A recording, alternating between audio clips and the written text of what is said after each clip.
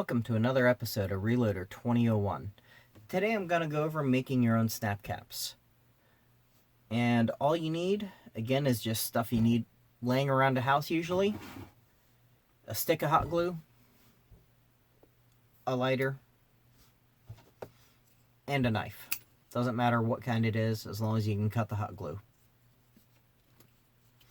Now the reason I started making snap caps is, for one, dry firing practice with, say, like the old revolvers, like the old Smith & Wesson here. This has a firing pin that's connected to the hammer. It is not recommended to dry fire these a lot. But with a snap cap, it gives it that little bit of cushion, so you're not going to be damaging the firing pin. Another reason is, some of the gun shops, they don't like you dry firing the guns, but a lot of times they're okay as long as you're using a snap cap. So if you keep a few of these in your pocket, they're usually okay if you trying out the trigger on a gun that you might be looking at. One other modification that I would recommend, especially if you're going to be taking these to gun shops, is to just drill a hole right through the brass. Make sure you deburr it so it doesn't get caught up in the chamber. That way there is no question that this is a dummy round. Now, in order to make a snap cap, it's really simple. For revolvers, all I do is do the primer part. You really don't have to make a false bullet or press a bullet in, but you just heat up the hot glue with our lighter. Try not to burn it. Just get it really nice and gooey. It might smoke a little bit depending on the lighter that you're using, as you can see right there. And just get a good big glob right into the primer pocket. It's going to be really ugly, kind of messy, but that's kind of what you want. You want to get as much material as you can to ooze right in through that primer pocket. The more the better. One other thing that does help if you want to speed this process up a little bit is have a cup of cold water. You can just dunk the hot glue into the cold water. It gets it to set up a little bit quicker. But sometimes I just am patient, or when I'll do usually 3 or 4, sometimes up to like 6. Excuse me.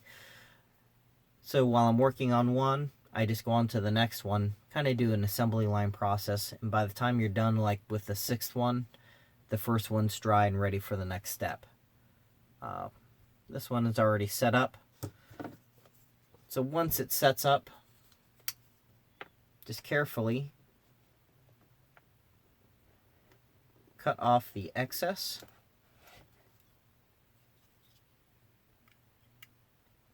Don't cut your finger.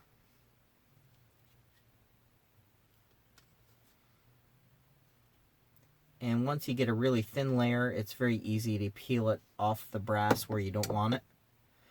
And once you get the rough cut, you actually just want to heat the hot glue up a little bit with the brass. Again, it's going to help it flow in. And it also bubbles it up just a little bit, and it looks almost identical to a primer.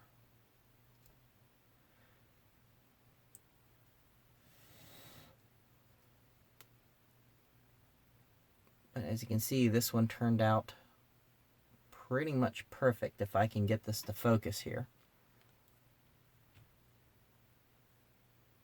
As you can see, it has a nice little dome, looks very much like a true primer. Sorry, I can't get the camera to focus very close. And that's basically it for the snap cap part. Now for your semi-autos, I do like to have kind of like a false bullet. Now this one's a 45 ACP. Luckily, you just cut off a small plug of hot glue material.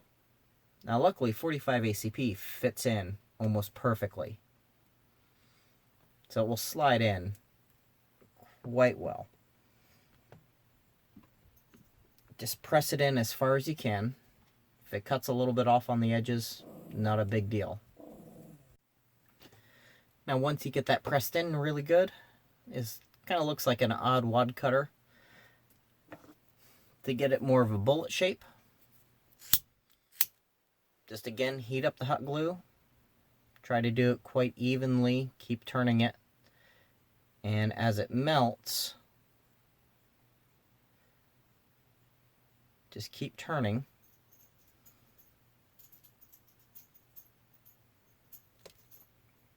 There we go. And there we go. And this is sometimes when you get the exact shape that you want, is when the water comes in. Now, you just keep rolling this around until it solidifies. And your goal is to try to get that as close to the exact shape of a bullet as you can.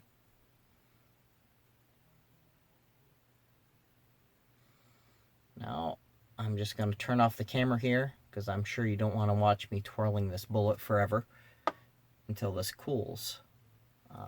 Because I wasn't smart enough to get a glass of cold water while I was doing this. So I'll be back just in a second as soon as I get this to set up. Okay, now that I got the hot glue to set up, I always like to test them, make sure they fit properly. And that they chamber correctly, as long as you have a gun that it will fit in. I always first just drop it into the chamber, close it to make sure it chambers correctly. Comes out, still looks fine. I don't see where it was pressing into or any odd wear marks. And then sometimes I'll also put it in the magazine, make sure it feeds as well. And it did hang up a little bit, but it is hot glue. And if you want it to feed perfectly, you know, I would recommend, like this one, is a snap pack I made that I put one of my powder-coated leg cast bullets in. That way you won't have that problem of just hot glue. But if you're using something like this at a gun shop, make sure you drill a hole through the side to show that it's a dummy round. It'll make the people at the gun shop a lot more comfortable, and explain to them and show this to them before you just pop it into a handgun at the gun store. You can make a lot of people really nervous when you use something like this. This here, with a bullet that's somewhat clear, it's a lot more distinguishable as a dummy. Now with 45, it makes it easy because the glue stick is pretty much close to 45 caliber. But if you're doing other calibers, like say this 223, all you do is you just need to cut a plug of glue about the same size as the bullet diameter you want. So all you have to do is just twist into the glue stick. I try to get as close to the edge as possible without, and just cut yourself a plug out of the glue stick. Sometimes a pair of pliers, or like I'm using just a pair of tweezers, if you didn't get it really close to the edge, just so you can pull out that plug. Now with rifle bullets, it's a little bit harder to get that shape that you want, but it can be done. A lot of times I recommend, like this one, I just pop in just a full metal jacket. Again, I haven't done it with this one either, is if you're going to be taking to a range, drill a hole through the brass, just so you can show that it is a dummy round, that there is no powder in it, and it cannot have any powder in it.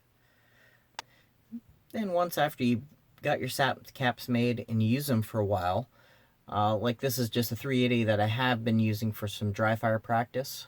As you can see, it's hard again to get focused here. But you can see, even with it being blurry, there's a really big dimple in it. Now this was probably fired at least 8 to 10 times. But to easily fix that, you can either take a pair of tweezers, pull it out, or what I like to do is just take your lighter, heat up the hot glue till it starts to get a little bit liquid again, and that dimple comes right back out. As you can see, it looks good as new. And you can do this over and over again with these, and you can pretty much have an endless supply of snap caps.